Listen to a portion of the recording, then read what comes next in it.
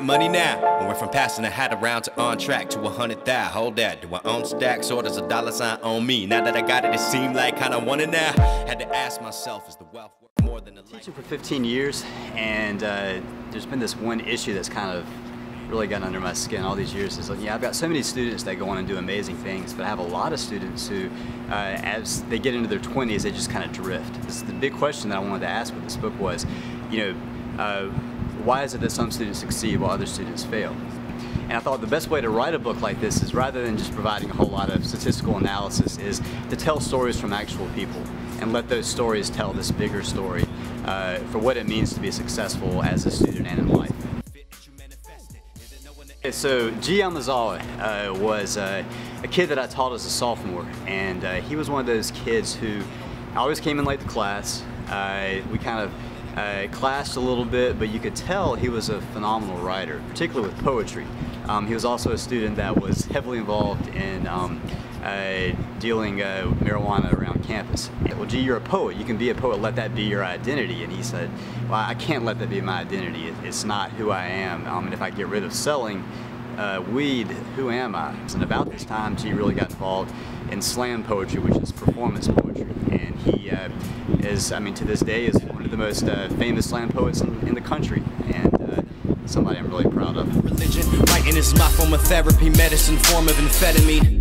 I've been making this music to make sure the universe won't be regretting me. Recently thinking about leaving a legacy, willing to sacrifice everything, even the breath in me.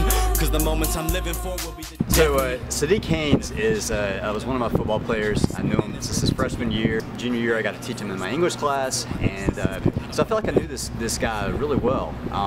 But it turns out that as well as I knew him, the whole time that I was working with him as a teacher and as a football coach, he was also getting involved in a local gang here in Durham. I learned about this event where he, after a party, he got into an altercation with a rival gang member, and he and some of his friends got in the car and drove around the west end of Durham at night looking for these guys to take out. That was kind of the turning point for him that made him the wake-up call. They never found these people, and if they had, he'd probably be sitting in a jail cell right now.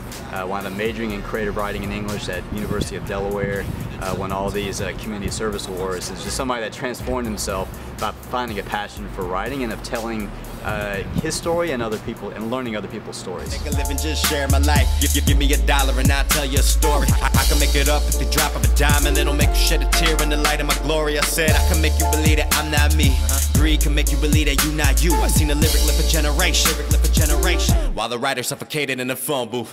But money make the world go around, right? Money make the way that I live. Money make the food that I eat. I'm not Japanese, I'm not African American, I'm 37 years old, so there's a big age gap with these guys, and you're interviewing somebody, memory is a subjective thing. So the memories that they had about their past, I had to kind of, as best I could, figure out what was accurate and what had changed over time in the course of memory. And then the other thing is just finding ways of putting myself in their shoes, and that was a huge challenge. 25-3 on the top left, that's right. Blood stains on my hands from all the hands that I dealt. I bought everybody but lost everyone that I loved. Now I got none left.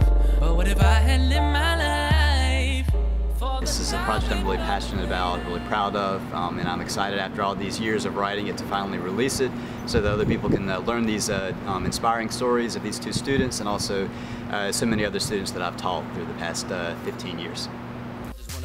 I just wanna fly, I just wanna live, I just wanna die, knowing that I came for the top, till my body drop, and my heart stops, and I become an echo. I wanna be an echo, I wanna be an echo, I wanna be an echo, I wanna be an echo, I wanna be an echo. I wanna be an echo, I wanna be an echo.